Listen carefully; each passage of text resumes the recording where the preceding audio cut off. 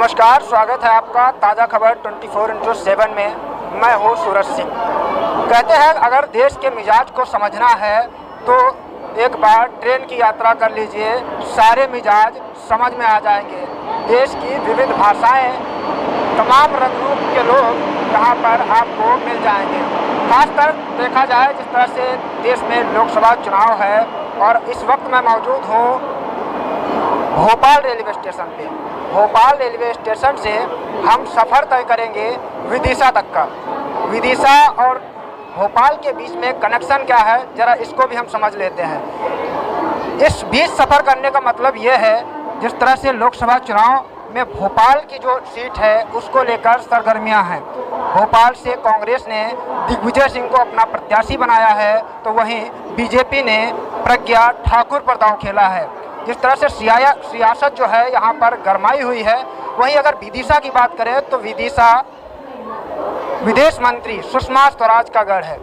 2 बार से लगातार वो वहाँ पर सांसद हैं और इसके पहले लंबे समय तक जो बीजेपी है वहाँ पर उनका कब्जा रहा है।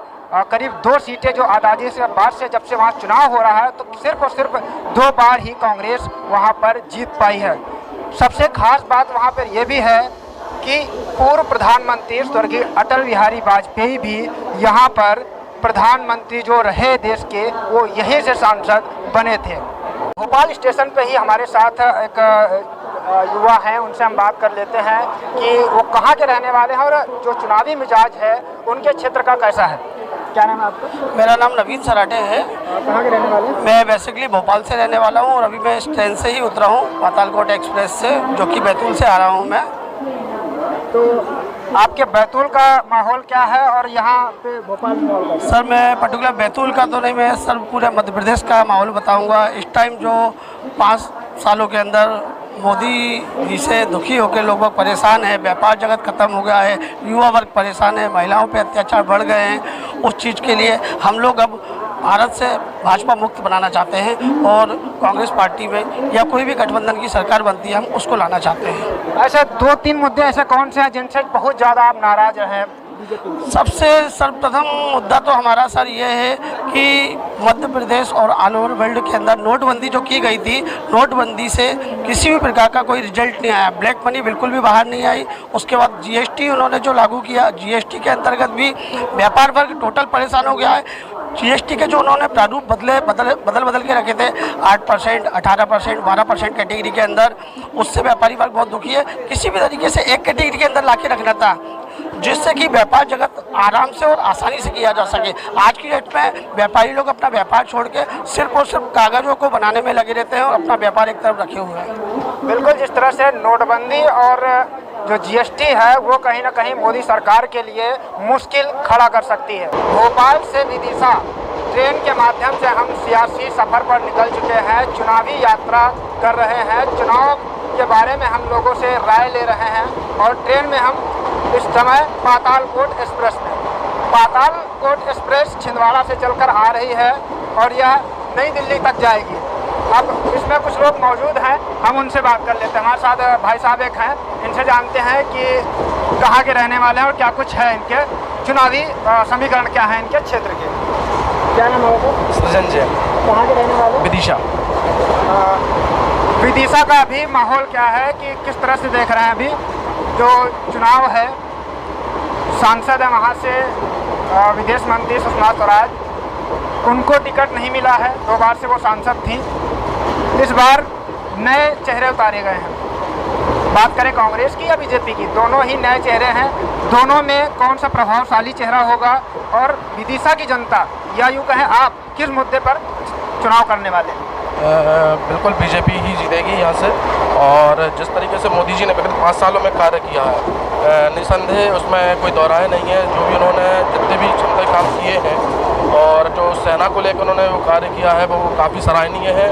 और जो विपक्ष ने जिस प्रकार से दोषारोपण और ये बेबुनियाद जो उन्होंने सवाल की है वो सेना के खिलाफ, ये बहुत ही बिल्कुल सराहनीय नहीं है। और मेरे हिसाब से तो बीजेपी को, मतलब मोदी जी को एक बार और फिर पुनः सरकार बनानी चाहिए बीजेपी। जो मोदी के सपोर्ट में हैं, भाई साहब से सीधे से जिस तरह से बात की गई तो ये साफ तौर पर कह रहे हैं कि केंद्र में जो है मोदी की सरकार चाहते हैं।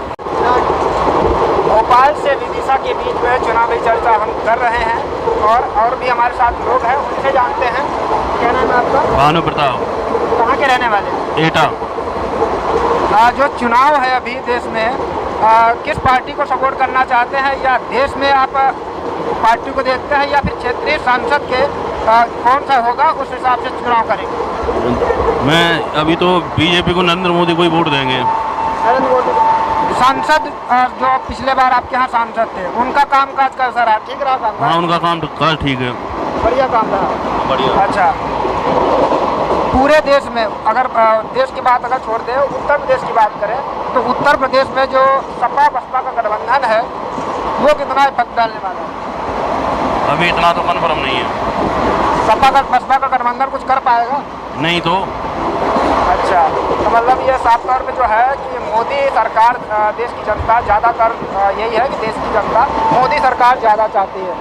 हमारे साथ एक मैम है, हम उनसे भी बात कर लेते हैं कि जो चुनाव है उसको लेकर उनकी क्या राय है, किस पार्टी को वो सपोर्ट करेंगी और उनके मुद्दे क्या होंगे। मैम क्या नाम है आपका? मेरा नाम सीमा चेन है। कहाँ की रहने वाली है? भोपाल।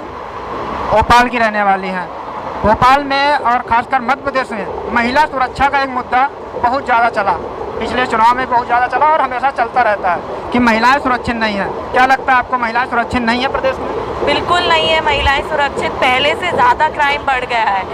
एमपी का नाम, मतलब दिल्ली के बाद एमपी का नाम आने लगा है, बहुत ज़्यादा उसकी ज़रूरत है महिला सुरक्षा की, उसके लिए सरकार को कदम उठाना चाहिए। जो अभी चुनाव है, लोकसभा का चुनाव, आपको भोपाल से सांसद चुनना है और सांसद के बाद जो सांसद चुन के जाएंगे फिर आप प्रधानमंत्री तय होना है, तो किस पार्टी को, किसको तय करने वाली? ऐसे पार्टी तो वैसे देखा जाए तो मोदी जी को सपोर्ट करते हैं, बाकी वही है कि कोई भी आए, पर जो भी आए वो जो भी वादे करते हैं उनको पूरा करें। ऐसा ना हो कि बस वादे करते रहें और हर साल, हर 5 साल में वही बातें निकलते हैं, वही के वही रहते हैं और सरकार उन पर कुछ कदम नहीं उठाती। होना चाहिए, वो कदम उठना चाहिए, सख्ती से होना चाहिए। मोदी जी का आपने जिक्र किया, तो मोदी जी के ऐसे कौन से वो 2-3 काम हैं जिनको लेकर आप खुश हैं, मतलब मोदी जी को दोबारा लाना चाहती हैं? ऐसे 2-3 काम। एक तो सफाई, भोपाल में तो फिर भी अभी मतलब पहले से तो काफ़ी अच्छा हो गया है, लेकिन जैसे इंदौर देखा जाए तो हैट्रिक 3 साल से लगातार बहुत अच्छी सफाई है वहाँ। वैसे ही सब जगह होना चाहिए क्योंकि गंदगी बहुत ज़्यादा है और उससे अपना पर्यावरण बहुत ज़्यादा ख़राब होता जा रहा है। और अभी महिला उस पर देखा जाए तो उस पर इतना कुछ नहीं है, जबकि क्राइम ज़्यादा हो गए हैं। और भी काम है जैसे सरहद के लिए, राष्ट्रवाद के लिए, वो तो किए हैं, काफ़ी किए हैं, पर बेरोज़गारी है उस पर काम होना चाहिए। और किसानों को ऐसे भत्ता देना वो कोई वो सॉल्यूशन नहीं है, उनके लिए उनको निर्भर बनाएं। ऐसा नहीं कि हर बार बस पैसा दे दें और उस चीज़ को ख़त्म करें, उनको आत्मनिर्भर बनाएं, ना कि उनको डिपेंडेंट बनाएं। आसपास बहुत ज़्यादा गंदगी है और उसमें खैर अपना ही हाथ है कि हम ही लोग गंदगी फैलाते हैं, पर अगर वो सरकार उस नियम को चलाती है तो उसको फॉलो करना चाहिए। जैसे इंदौर में सख्ती है, किसी भी नियम को लागू करने के लिए उन्होंने बहुत सख्ती की हुई है, वो सख्ती की ज़रूरत है। हमारे साथ और भी लोग मौजूद हैं, मैं उनसे बात करता हूँ। सर क्या नाम है आपका? पुनीत। पुनीत जी कहाँ के रहने वाले हैं आप? भोपाल के रहने वाले हैं पुनीत जी। जो चुनावी माहौल है वो भोपाल का आपके हिसाब से क्या कह रहा है, और जिस तरह से बीजेपी ने साध्वी प्रज्ञा को उतारा है और कांग्रेस ने दिग्विजय सिंह को उतारा है, क्या लगता है कौन सा प्रत्याशी दमदार है, क्या होने वाला है? दोनों ही प्रत्याशी नए हैं भोपाल के लिए, फर्स्ट टाइम भोपाल से लड़ रहे हैं, तो मतलब मुकाबला कुछ दिलचस्प रहेगा। ताकि बीजेपी का गढ़ है तो बीजेपी की ज़्यादा संभावना है। बिल्कुल बीजेपी की संभावना ज़्यादा है, लेकिन जिस तरह से हम देख रहे हैं लगातार दिग्विजय सिंह जो हैं वो विकास की बात कर रहे हैं लगातार, और साध्वी प्रज्ञा को जिस तरह से कल बीजेपी ने प्रत्याशी बनाया है तो उनका कहना है कि वो विकास की बात नहीं कर रही हैं, किसी मुद्दे पे वो बात नहीं कर रही, वो जब अपने जेल में थी तो वो सिर्फ उसकी पीड़ा बता रही हैं। देखिए जो बीजेपी का रहेगा वो नरेंद्र मोदी के नाम पे ही रहेगा, बाकी साध्वी प्रज्ञा कोई भी कैंडिडेट खड़ा है उसका फर्क नहीं पड़ता, जो भी वोट आएंगे नरेंद्र मोदी के नाम पर आएंगे। अगर आज भोपाल में जीतते हैं तो नरेंद्र मोदी के नाम पर ही। मोदी जी से आप प्रभावित है, लगता है कि जिस तरह से आप बात कर रहे हैं कि मोदी जी ही आएंगे, कुछ ऐसे 2-3 काम जो बहुत ज़्यादा अच्छे लगे आपको 5 साल में?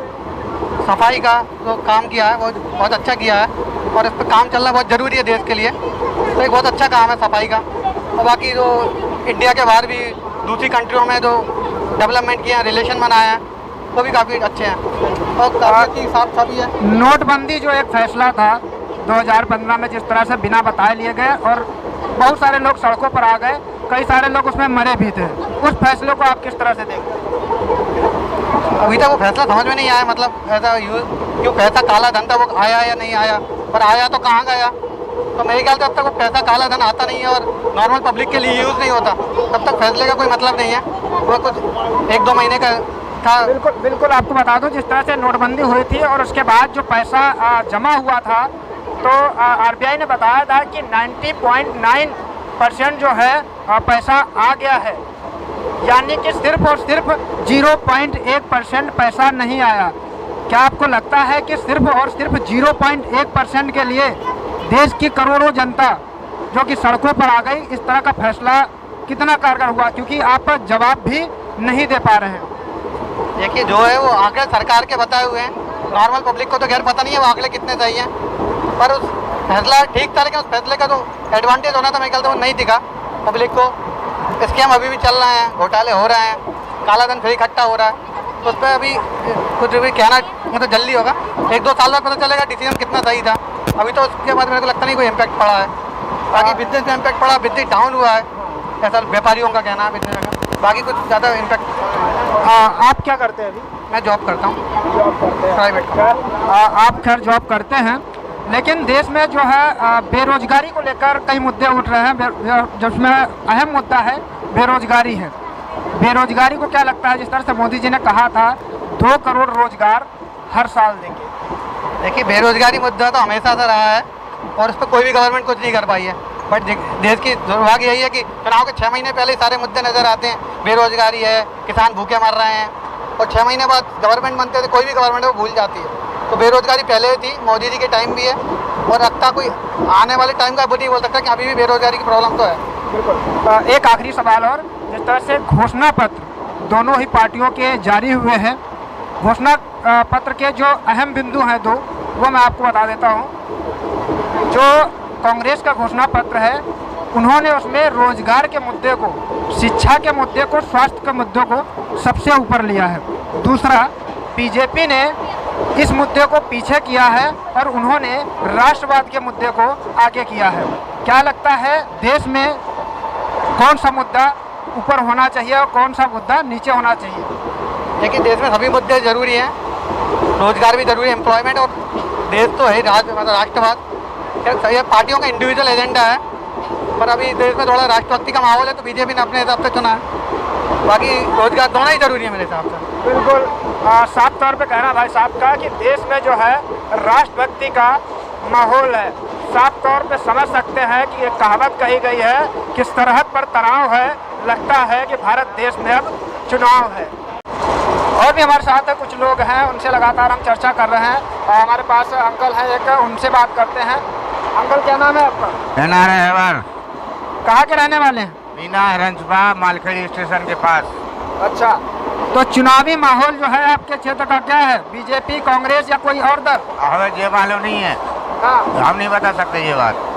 वोट किसको देने वाले इस बार? हम तो कांग्रेस को देते हैं, जब से शुरू से जो पैदा हुए हैं उसी को देते हैं।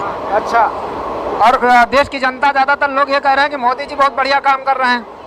भैया, अच्छा करे चाहे बुरा करे, हम तो जो कांग्रेस को देते सो देते ही हैं।